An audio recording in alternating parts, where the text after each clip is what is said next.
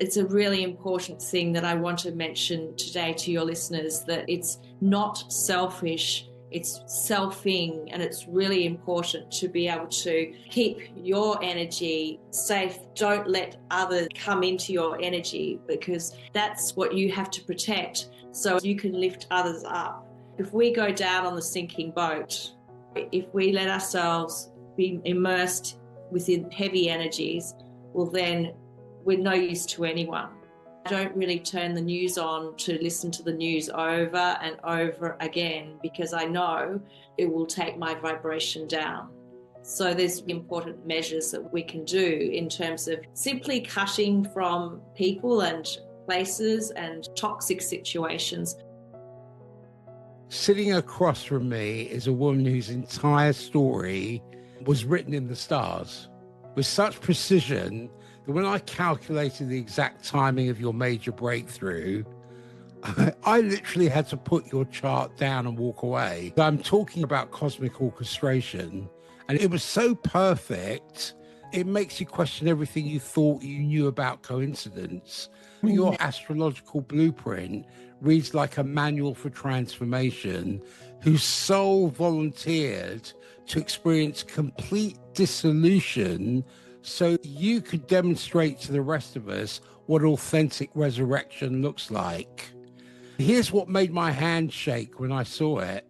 Your book hit the bestseller list during your second Saturn return. Saturn was at the exact degree when you took your first breath 58 years earlier. I'm sitting here with Elizabeth Jane, who's the best-selling author of Free and First. Let's have a look at the cover of your book.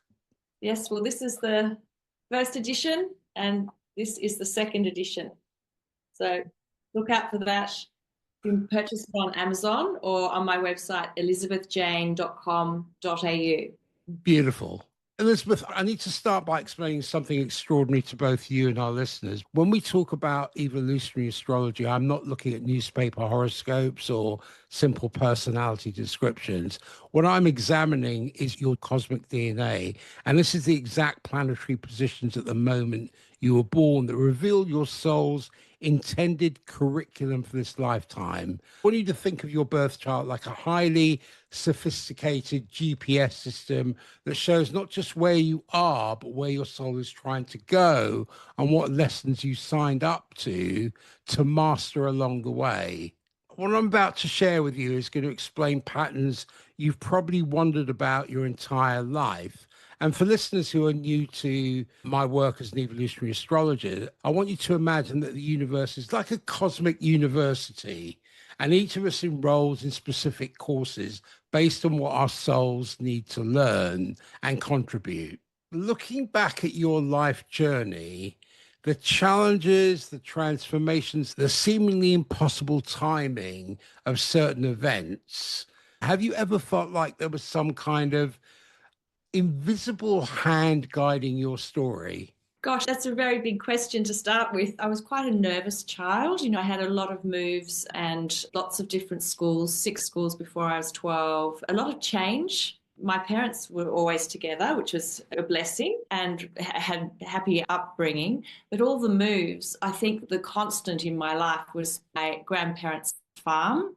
And the farm was really where I felt that I could be my true self. And that's where I started to realize that being true to myself assisted me. Not the world wasn't ready for me to show myself, or I wasn't ready to show myself, because as I said, I was a very timid child. I didn't even show and tell. So it has been a journey. Where I'm at now, I realize that telling my story will help people uplift into a higher vibration and a better life.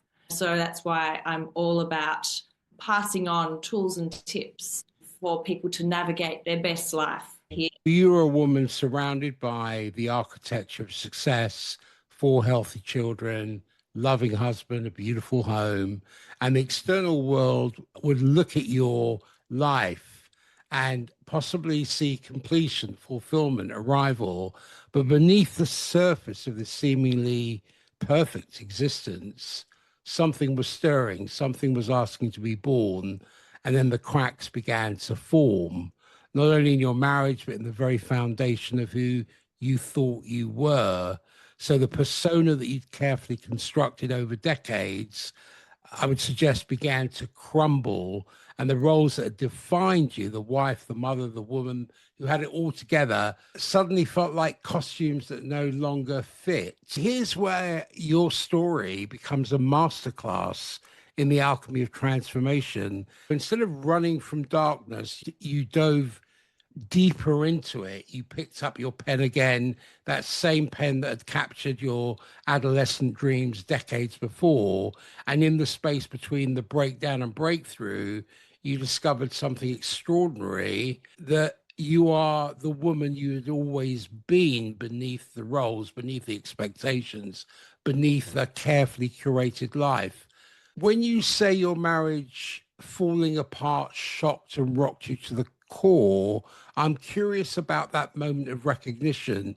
When did you first sense this wasn't about the end of a relationship, but about the beginning of something else entirely? It was 2017 was the shock announcement of the divorce. I was in total shock. So I did not believe that this was happening, because I saw myself in the rocking chair with grandchildren around me and the picket fence. We had everything. I had 4 healthy children, grandchildren who had just turned into adulthood. Twins were 18. I was in so much turmoil. I was in shock. I was in deep grief. And then I thought to myself, I have to pick myself up from this. This is not how I want to live my life. And as a child, I was always into uplifting people. I realized that the divorce rate was so high. And then how could everyone cope if I was not coping? If I was not coping with what I was going through, what about other people who not only had relationship issues, but also had the 3 baskets, had health issues, had financial issues, as well as relationship issues?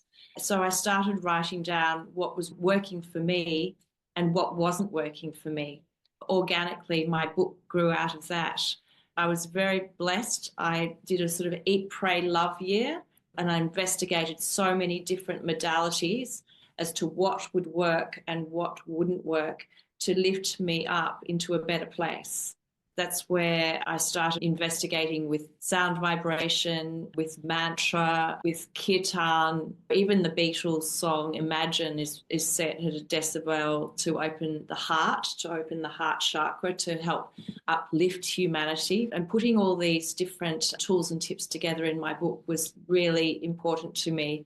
And I didn't want to make it a profuse book, because if someone's going through so much trauma, they want quick fixes to feel good when they're really down. Depending on what stage, where they're up to in their process, there's other tools available to them as well. At what age did this happen? I was 52. Okay. I want to explain something to you. This is what's called the Saturn return. This is the key to understanding your entire life timing. Now, Saturn is one of the slower moving planets in our solar system, which takes approximately 29 and a half years to complete one full orbit around the sun and then return to the exact position it held when you were born. Think of Saturn as your cosmic life coach, stern but ultimately loving, and constantly asking you one crucial question: are the structures of your life serving your soul's authentic expression? When Saturn returns to its birth position, which happens around the ages of 29 and up to 58, it often triggers major life restructuring. Now, these are not accidents or coincidences. They're cosmic appointments your soul scheduled before you were born. So I want to ask you something very specific. Can you tell me exactly when your book became a bestseller? What month and year? I launched it in November 23. It hit the bestseller pretty quickly. Last year? Yeah, 23. So yes, so 24. Yes, Okay. last year. That's quite incredible, because if your book achieved success in that time, when I've calculated your second Saturn return, That's when Saturn returned to the exact degree it occupied at your birth. It was happening in that exact time frame, which is Uh, incredible. That's not career luck, that's cosmic precision. This kind of precise timing is what separates evolutionary astrology with pop astrology. We're not dealing with generalities here. We're looking at your soul's exact schedule for awakening and service. Your Saturn return timing proves that your transformation was not random suffering, it was a sacred preparation. yes, I have the soul of my ex-husband to thank for actually assisting with this because it was all divine. Because if we hadn't parted ways, I would not have moved up into this next period of my life to help Mm. lifting people because it wouldn't have been possible. I would not have been able to lift up into a higher vibration and be able to assist others with the tools and tips to uplift themselves as well and to find their truth. Your moon, which represents your emotional body and your instincts and what you need to feel safe as a child, sits in Cancer at 20 degrees in your fifth house. So let me break that down. Cancer is the moon's home sign, which means your emotional nature is incredibly powerful and intuitive. Your moon in Cancer creates the emotional psychics people. I would suggest you can feel the emotional undercurrents in any room before anyone speaks a word. Would you say Yes, that's true? yes, yes. I'm pretty intuitive. Before words are spoken, I usually get the gist of what's happening in the room, Mm. just from the energy. If I'm reading things correctly, as a child, were you the family's emotional translator? Could you sense when your mother was upset before she even knew herself? Yes, yes, I suppose you could say that. I spent a lot of time in my room. I was quite a withdrawn child. So I would spend a lot of time with myself and my Mm. animals on the farm. And yeah, I was this very sensitive child. It was just easier to stay by myself quite a lot of the time. That's interesting. That can be confusing to a child because it seems that your emotional sensitivity could have felt overwhelming at times.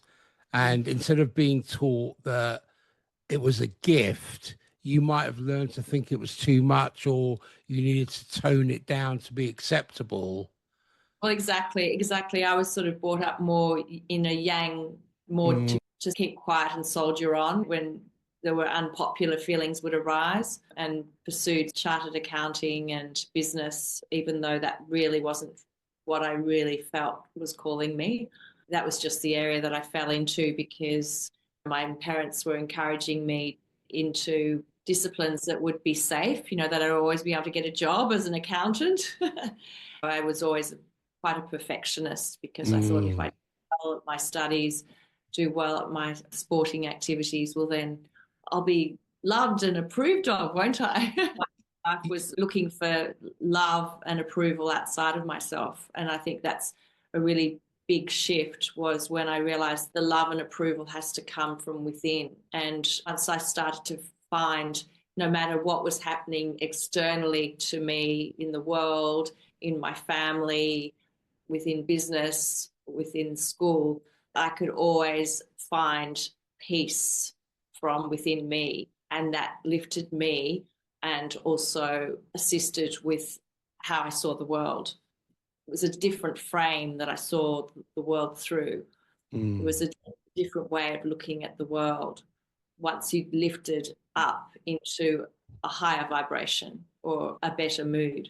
To some people, it's when they're feeling low through sickness, through depression, through marriage breakups, whatever it is that causes them to feel low.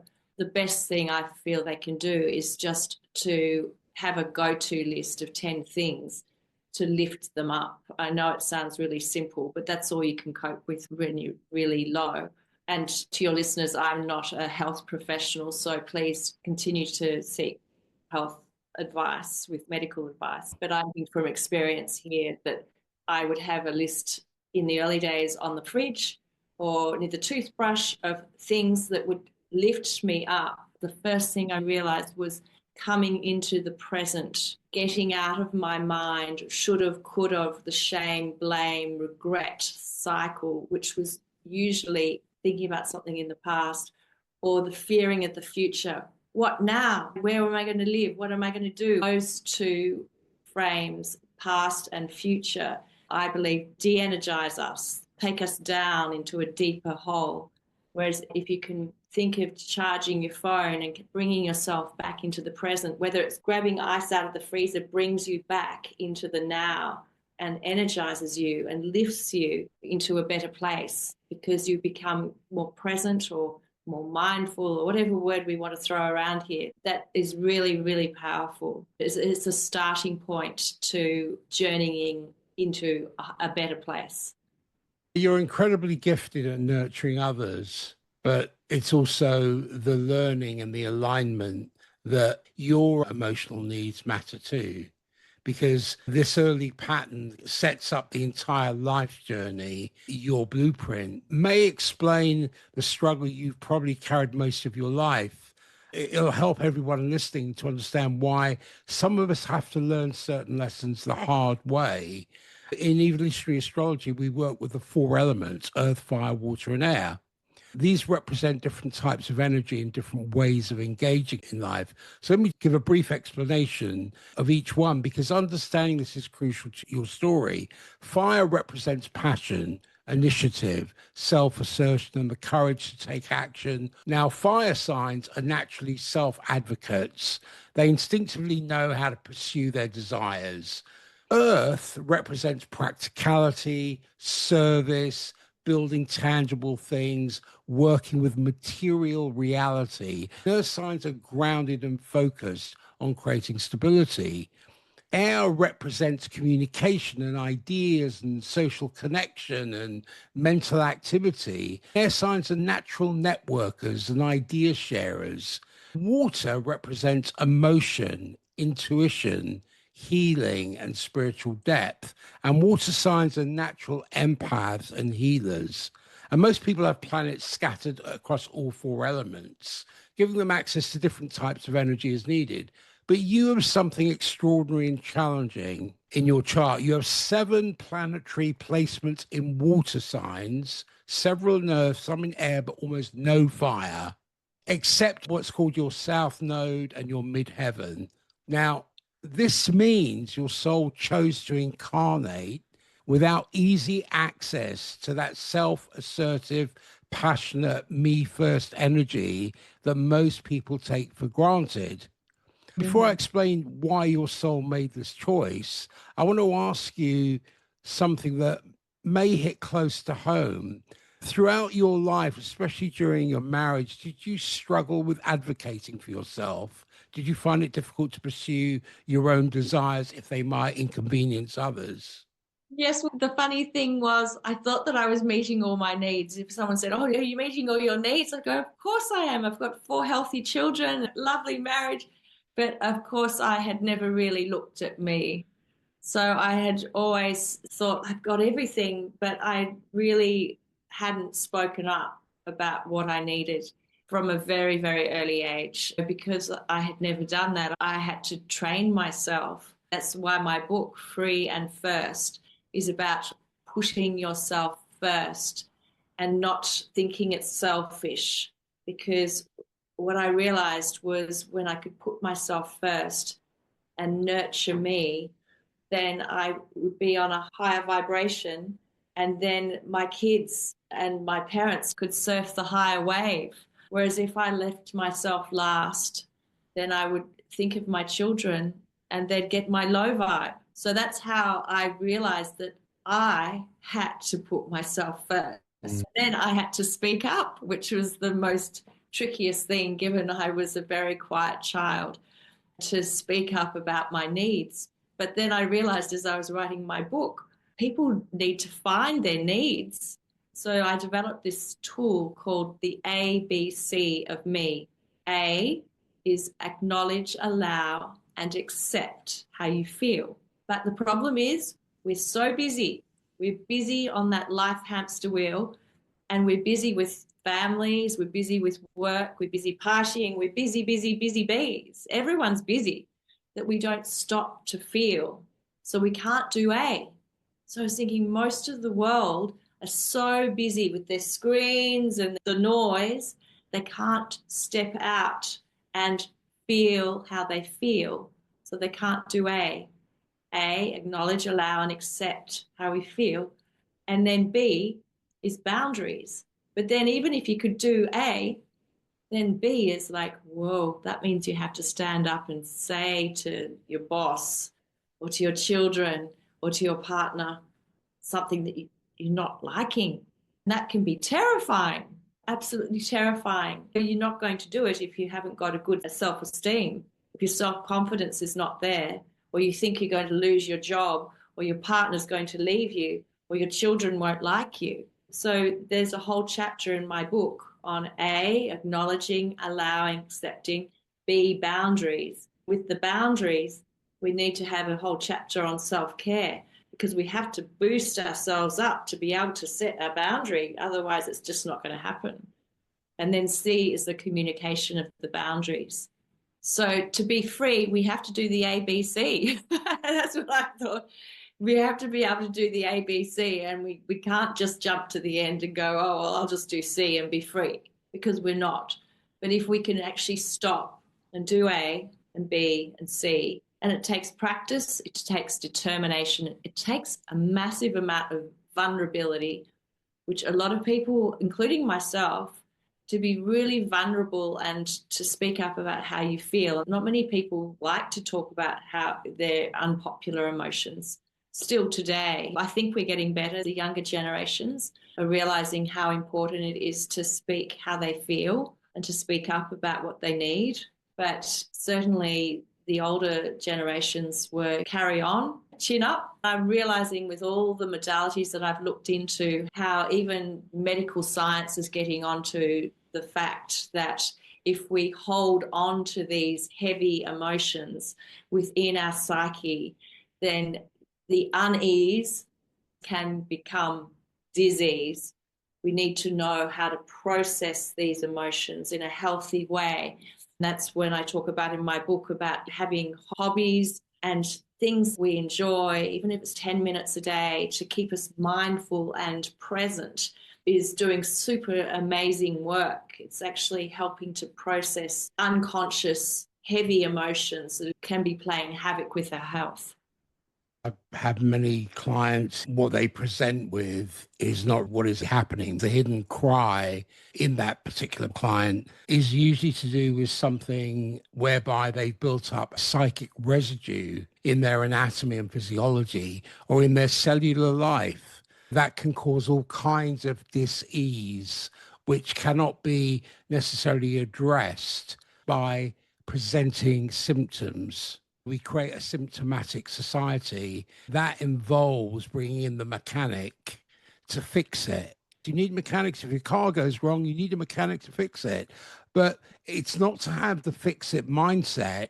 It's to become your inner gardener and cultivate the soil for human skills to take root and to explore those skills.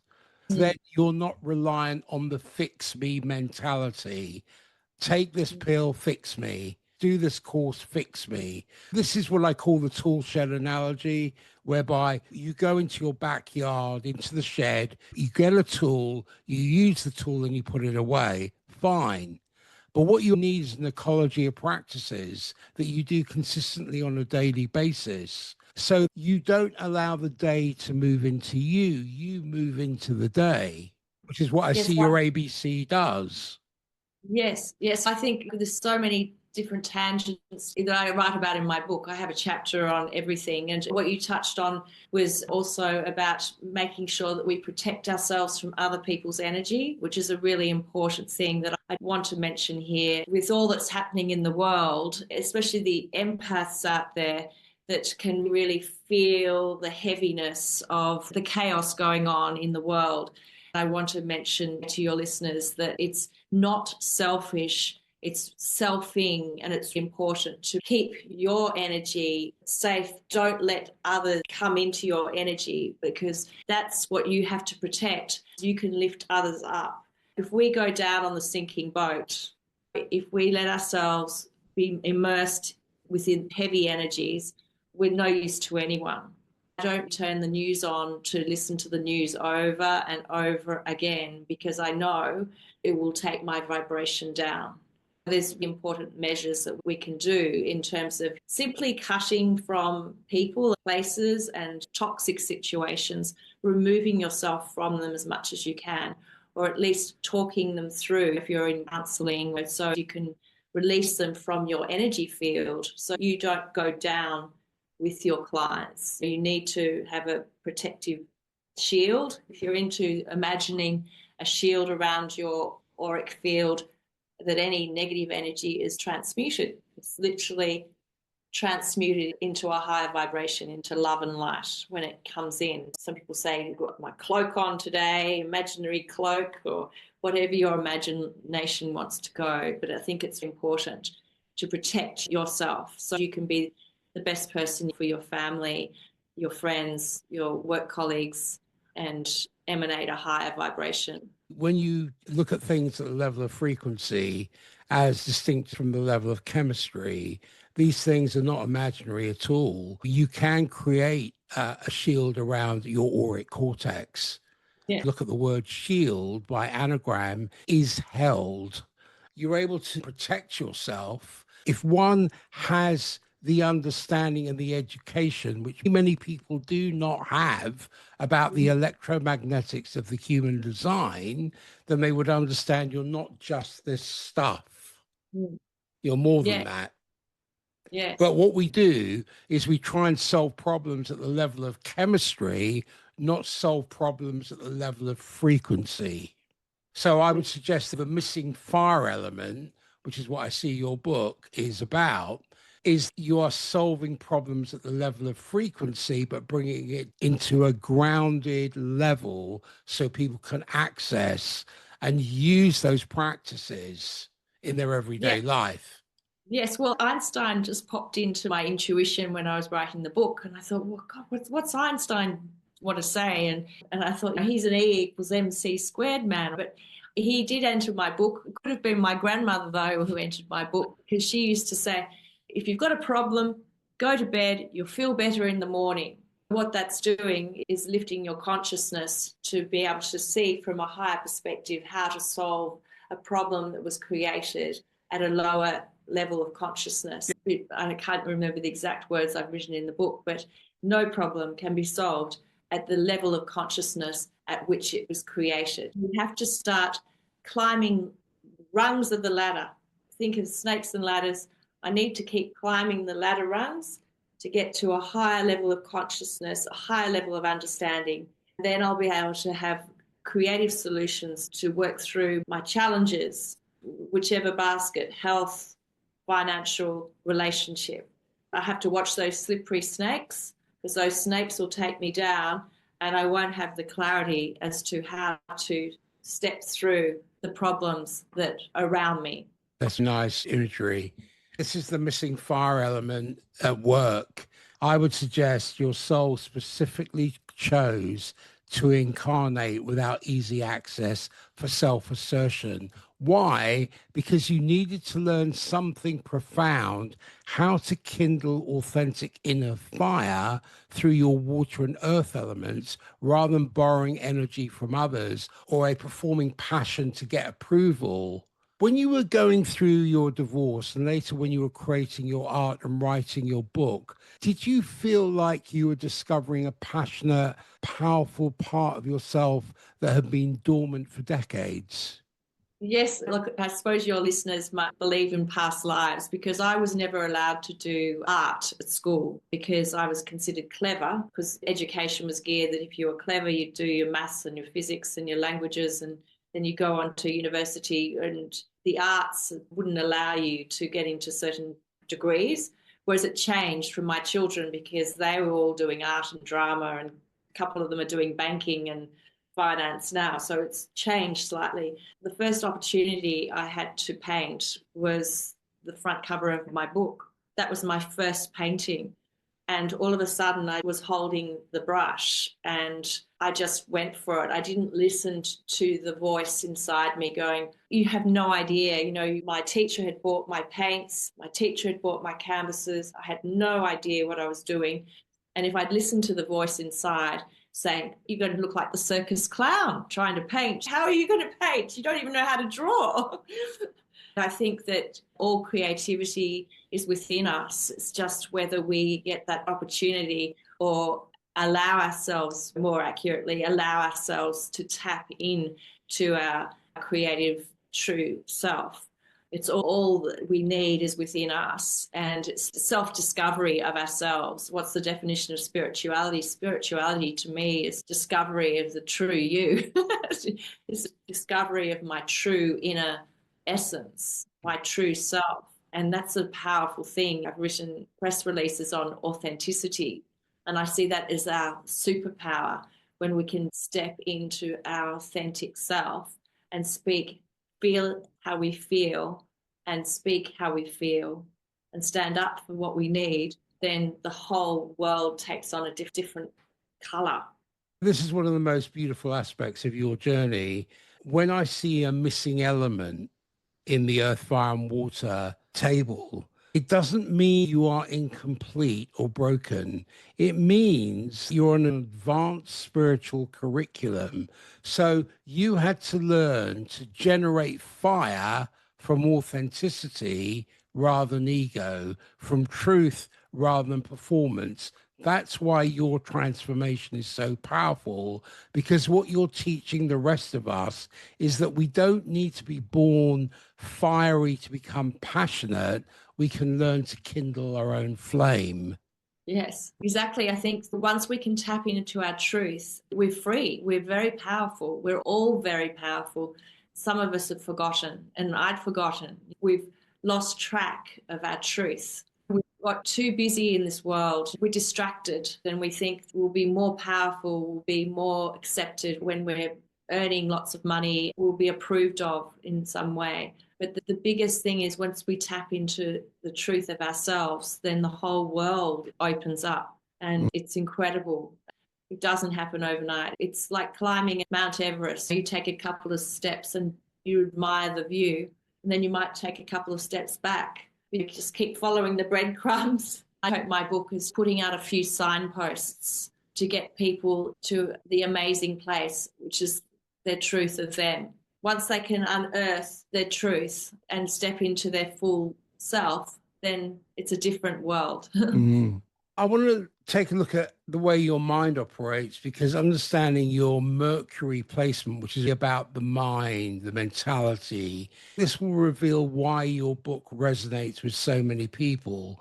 But first, I want to paint a picture of what possibly was happening in your mental landscape during your marriage, because Mercury represents how we think and how we communicate and learn and process information. Now, your Mercury is at 20 degrees Virgo in your seventh house. What this placement creates is a very specific type of mental experience. Virgo's ruled by Mercury, so your thinking is naturally precise, analytical, and focused on improvement and service, details others miss. And I would suggest you have an almost compulsive desire to help and fix things.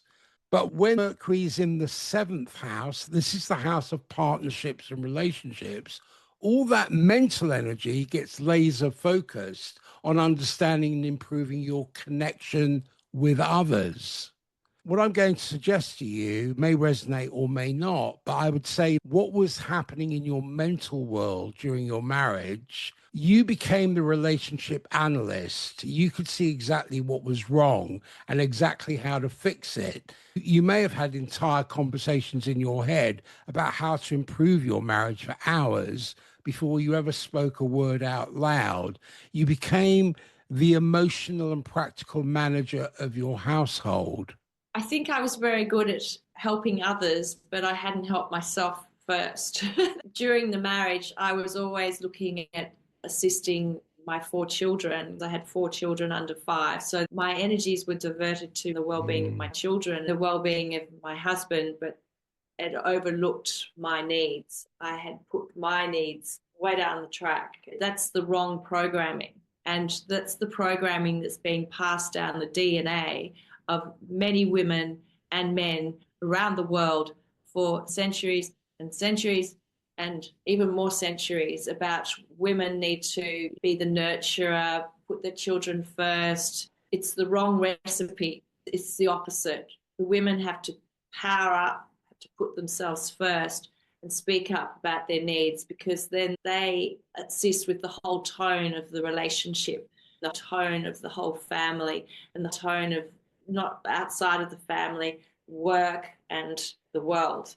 It's actually about women stepping up and being in an empowered position to say, hang on, that doesn't work for me. That behavior is just not on.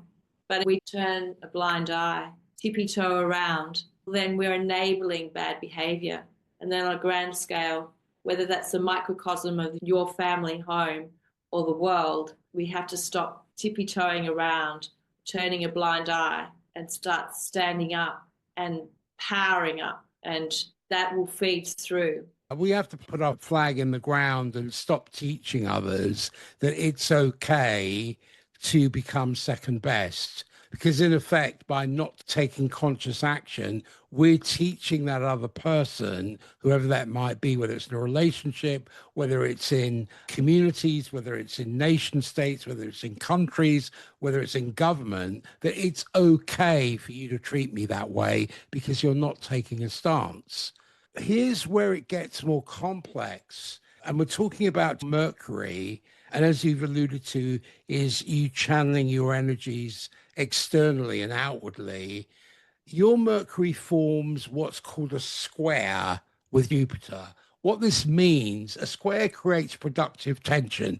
So it's like having two different radio stations playing in your head at the same time.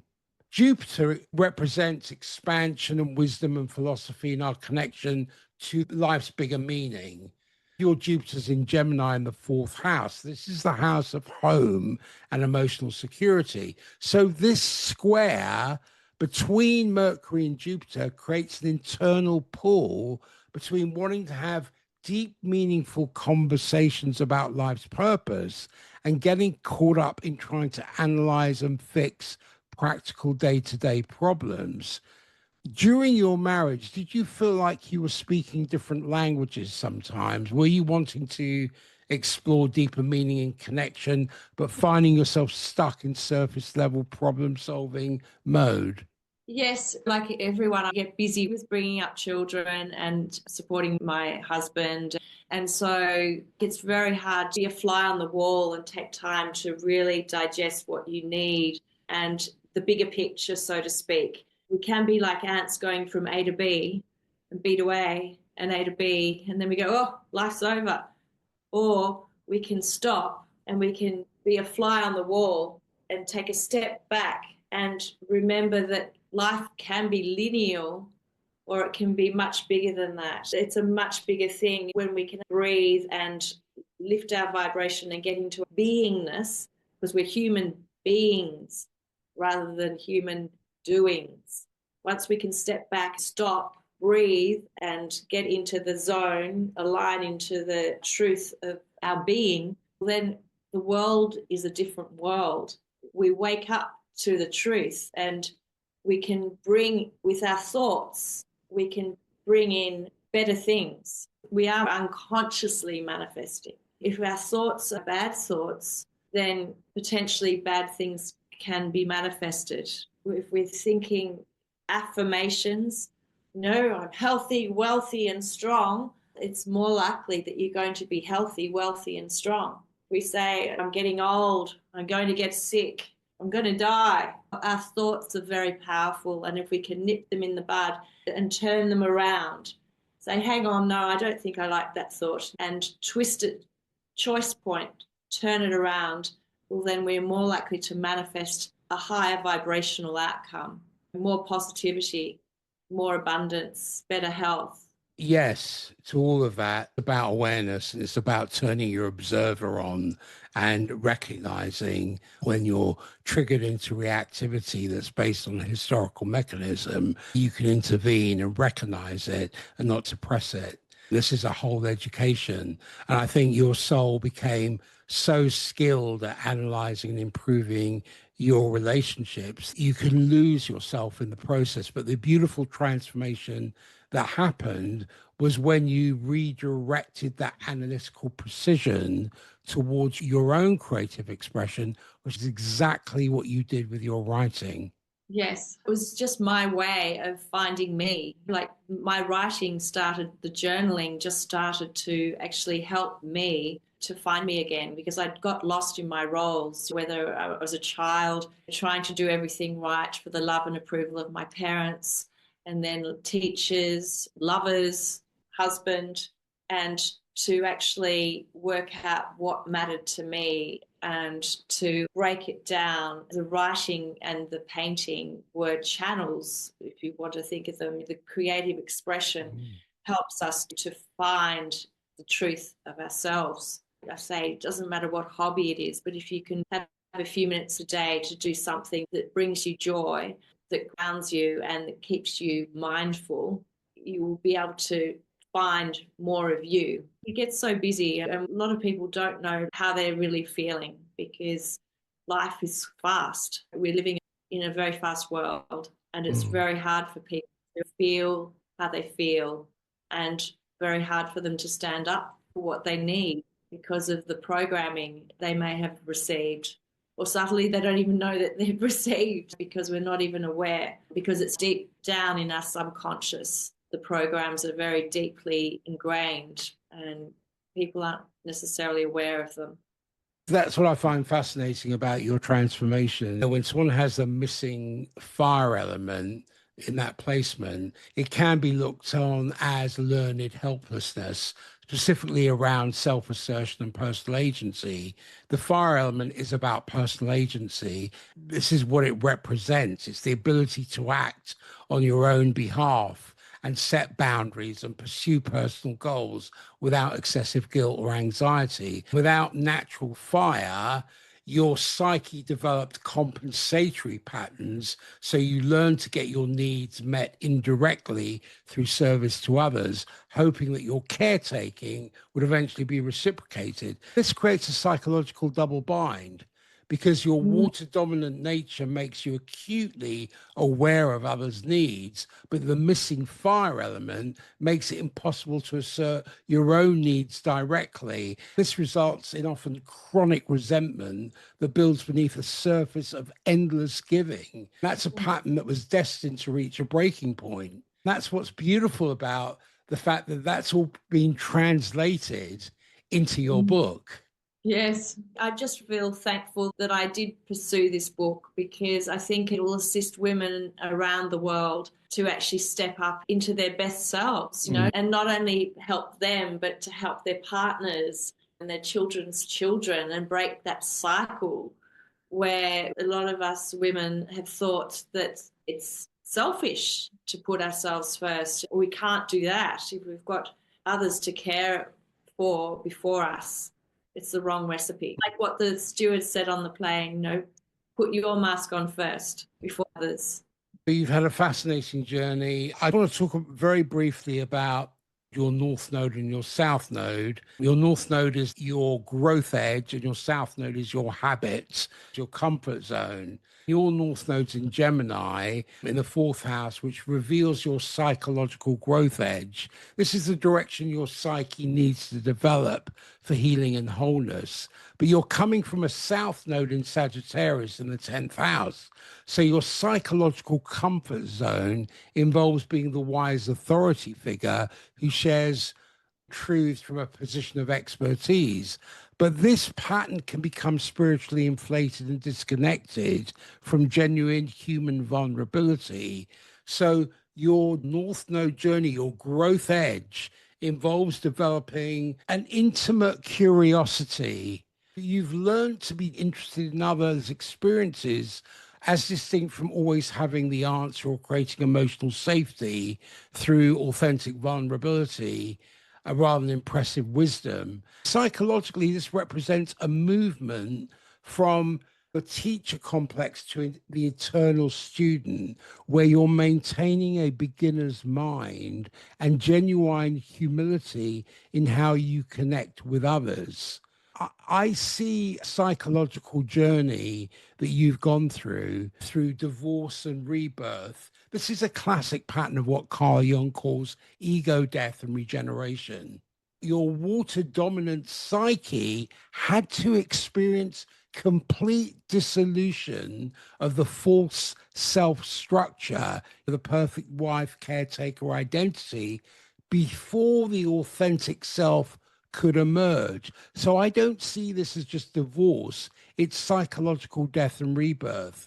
The timing of your transformation during your second Saturn return tells me that your psyche was ready for this level of reconstruction. Your Saturn return forced you to evaluate whether your psychological structures were ready to serve your authentic development or keep you trapped in defensive patterns.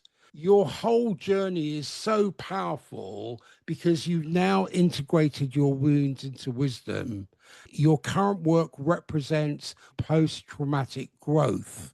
So you're not recovering from that crisis, but you've developed capacities that were not available before the breakdown. Your water dominance, which once created codependent patterns, now enables you to hold extraordinary space for others' emotional healing.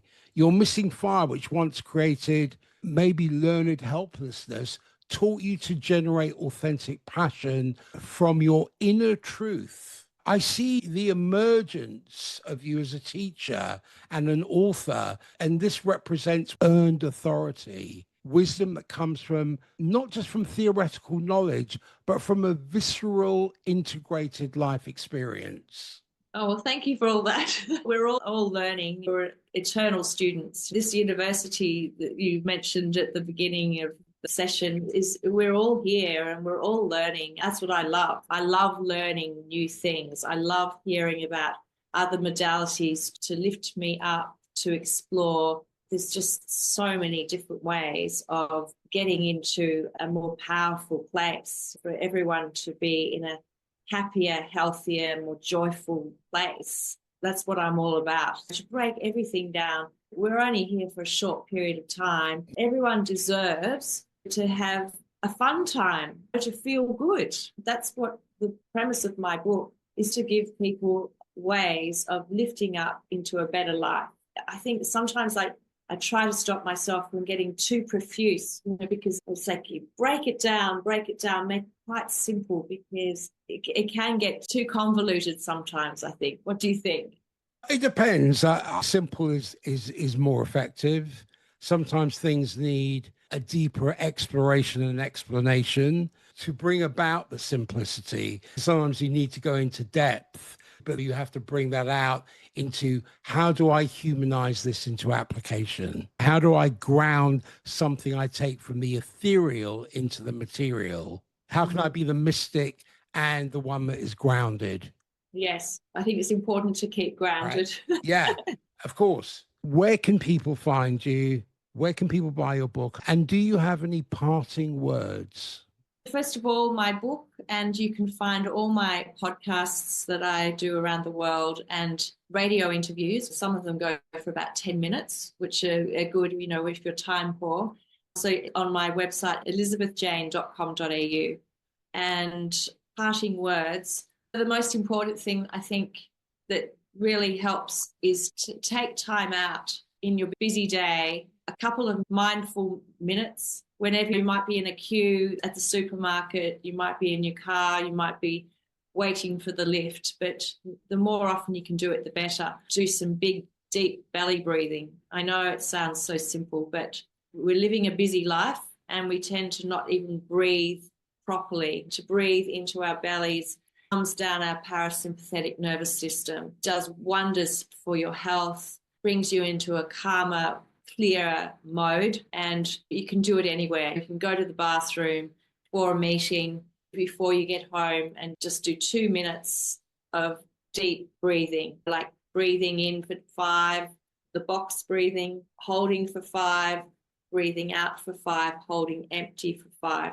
Do that for 2 minutes and you'll feel like you're a different person. Beautiful. I want to say a heartfelt thank you in sharing your story. I want to summarize by saying that I'm seeing a soul who came into this lifetime to master the integration of sensitivity and strength and service and self-care and dissolution and authentic selfhood.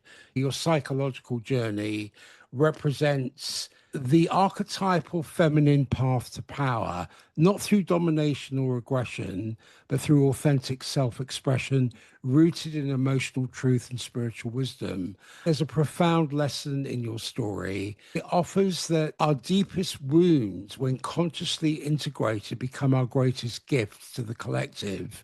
Your hypersensitivity became your healing capacity. Your codependency became conscious interdependence. Your self became authentic service. This is the psychology of transformation itself. It's showing us that psychological breakdown can become spiritual breakthrough when we have the courage to trust the process and learn to love ourselves as fiercely as we've learned to love others.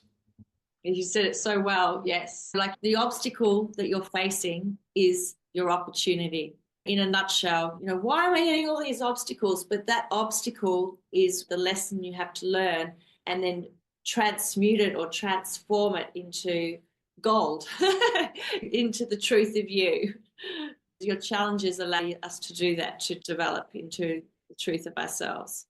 How have you experienced the conversation today? It was great. It was a different tangent to what I'm used to, but I am very aware of how important astrological charts are because I've explored numerology to a great extent. So even my new name, when I divorced, my surname changed, and my new name has been all checked out, so to speak, with the numbers, and that was important to me. It's clear when you redirected your fire, you not only learned about it, you aligned to it and it became part of your basic constitution. So now you can redirect it at any one point. And the manifestation of it is your books. Yes, well, I think, speaking tours and have healing centers around the world, and I have children's books on the way. So it's all stepping up. I just want to give everyone to have a better life. Anything to assist in that area. Look after your own needs as well. Exactly. What do you hope women will take away from your book that goes beyond healing or divorce or relationship breakdown? The most important thing is in the title, for women to put themselves first. Where do you see your work evolving? What's calling to you now as your next creative or spiritual adventure? Yes, I have got a lot of poetry. One of my poems that came to me was initially Follow the Sun, and I thought that was a Beatles song was very similar. So I'm thinking about Follow Your Fun. It's a rhyming poem and musicians putting it to music. So I don't know where that's going to go. I have 2 children's books which I've illustrated, which is in the pipeline. And as I said, I would really love to have healing sanctuaries around the world to assist people to move through challenges more easily, whether that's health or relationship challenges, to lift up into a better space.